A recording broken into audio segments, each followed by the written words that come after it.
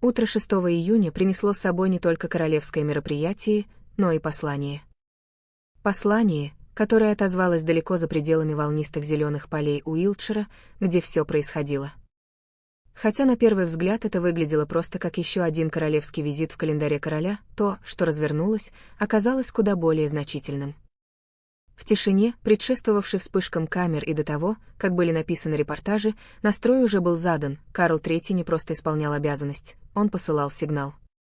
Сигнал силы, присутствия и непоколебимой приверженности, даже когда тени болезни и личной скорби безмолвно остаются за стенами дворца. В центре этой истории — визит в Ларкхилл, штаб-квартиру Королевского артиллерийского полка, одного из самых древних и уважаемых подразделений британской армии. И хотя королевские мероприятия, связанные с армией, не редкость, этот визит ощущался иначе.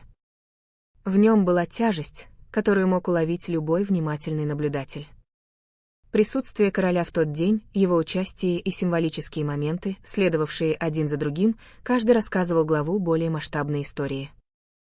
Истории стойкости. Истории традиции. Истории монарха, берущего под контроль не только церемонию, но и восприятие. Дворец, как всегда точно рассчитывающий время, распространил серию официальных снимков всего через несколько часов после мероприятия. Это были непривычные улыбающиеся фотографии с прогулок. Эти снимки излучали нечто совершенно иное. Король, стоящий прямо в полном военном мундире, окруженный солдатами, семьями и военной техникой, казался одновременно вне времени и как никогда уместным. Подтекст. Даже в период личной уязвимости Его Величество остается глубоко вовлеченным в главные институты нации и делает это на виду у всех. Но то, что действительно сделало этот визит историческим, это роль, которую Карл теперь занимает в этом полку. Это было его первое появление в качестве генерал-капитана Королевского артиллерийского полка, почетного военного звания, которое напрямую вплетает монарха в ткань вооруженных сил. Это не просто декоративная должность, она символична, насыщена историей. Это зримое напоминание о том, что король — не просто высшая фигура Великобритании, но и живое воплощение ее военного наследия. И этот символизм ожил в совершенно неожиданном моменте. В драматичном и зрелищном жесте король шагнул вперед и лично выстрелил из легкого орудия Л-118, мощной артиллерийской установки, созданной для точности и впечатляющего эффекта. Сам акт был удивителен, не только из-за физического усилия, но и из-за того, кто его совершил. Король, который совсем недавно признался, что проходит лечение от рака, стоял среди солдат в форме и нажимал на спуск оружия, символизирующего силу, готовность и национальную оборону.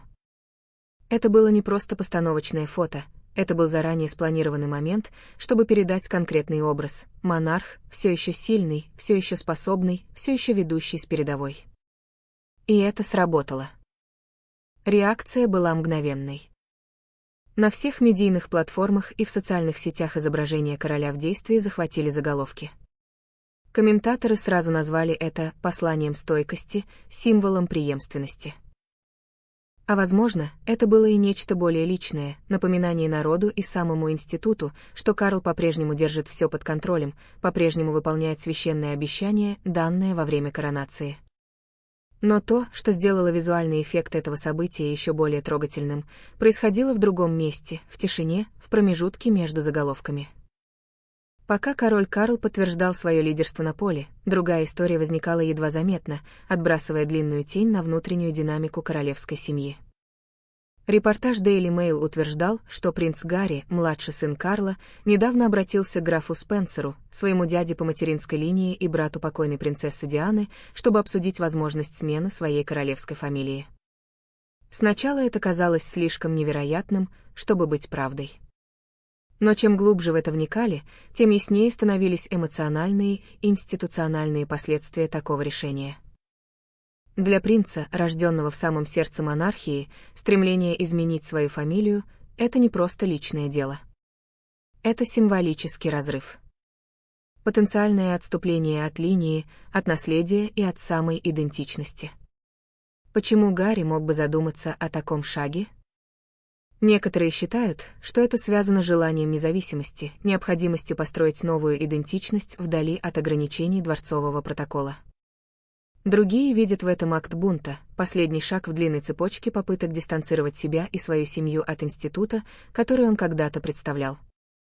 Но какова бы ни была мотивация, эмоциональные последствия такого шуга, если он действительно был рассмотрен, безусловно, были бы болезненны, особенно для отца, который уже страдает от разрыва с сыном. Нынешняя королевская фамилия, Виндзор, принятая во время Первой мировой войны, несет более века исторического веса. Это больше, чем просто имя, это символ единства, преемственности, способности монархии адаптироваться в нестабильные времена. Добавление Маунтбеттен в последующие годы в честь династии принца Филиппа добавило еще один слой идентичности. Отказ от этого, смена имени, это не просто новый документ. Это словно переписывание всей истории. Для короля Карла, чье правление еще только начинается и чье здоровье находится под внимательным наблюдением публики, такие новости могут ощущаться как подземные толчки, тихие, но тревожные. И именно это сделало кадры из Ларкхилла еще более значимыми. В контрасте с семейными раздорами, монарх, общающийся с солдатами, разговаривающий с семьями, погружающийся в современную военную науку и подготовку. Он не уходит от общественной жизни, он ее принимает. Он не отказывается от традиции, он ее укрепляет. Даже подарок, полученный им в конце визита, имел глубокий смысл — гильза от 105 мм снаряда с гравировкой, выпущенная во время коронации короля. Напоминание о том, что армия поддерживает монарха, даже когда другие семейные связи натянуты. Контраст не мог быть более явным. С одной стороны, отец, получающий символ преданности и чести. С другой — сын, который, возможно, хочет отказаться от той самой идентичности, что когда-то их объединяло. И в этом заключается эмоциональное ядро этой истории. Потому что насколько бы торжественными не были фотографии и насколько бы пышной ни была церемония, тяжесть личной разлуки остается. Это королевская семья, которая сталкивается не только с общественными ожиданиями и долгом, но и с личной болью. Тем не менее, король Карл через этот визит дал сильный и четкий ответ. Возможно, он борется с болезнью. Возможно, он сталкивается с семейным напряжением. Но его появление в Ларкхилле стало заявлением: монархия под его руководством остается устойчивой. И в эпоху, когда стабильность стала редкостью, это послание оказалось своевременным и необходимым. Это была демонстрация силы, не театральной, а глубокой решимости.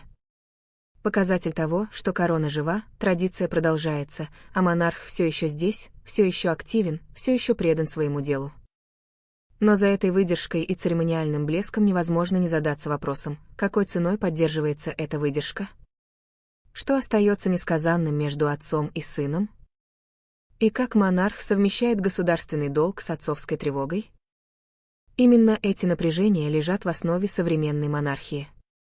И пока Карл продолжает балансировать между обязанностью и личной борьбой, весь мир следит за каждым его шагом.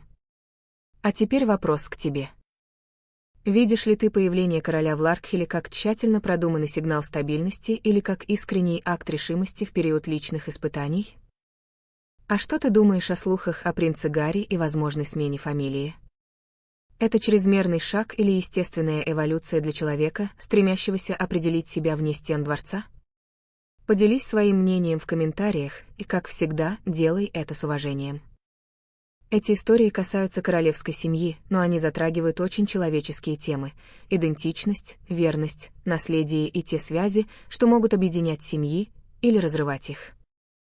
Если тебе понравился этот анализ и ты хочешь получать больше подобных размышлений о жизни монархов, не забудь поставить лайк, подписаться на наш канал и нажать на колокольчик, чтобы не пропустить новые выпуски. Спасибо за просмотр и до встречи в следующем видео.